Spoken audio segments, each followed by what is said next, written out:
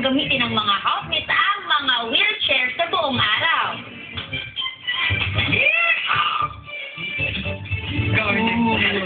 I'm dying to go to the garden, Big Bro. You ruined my plans.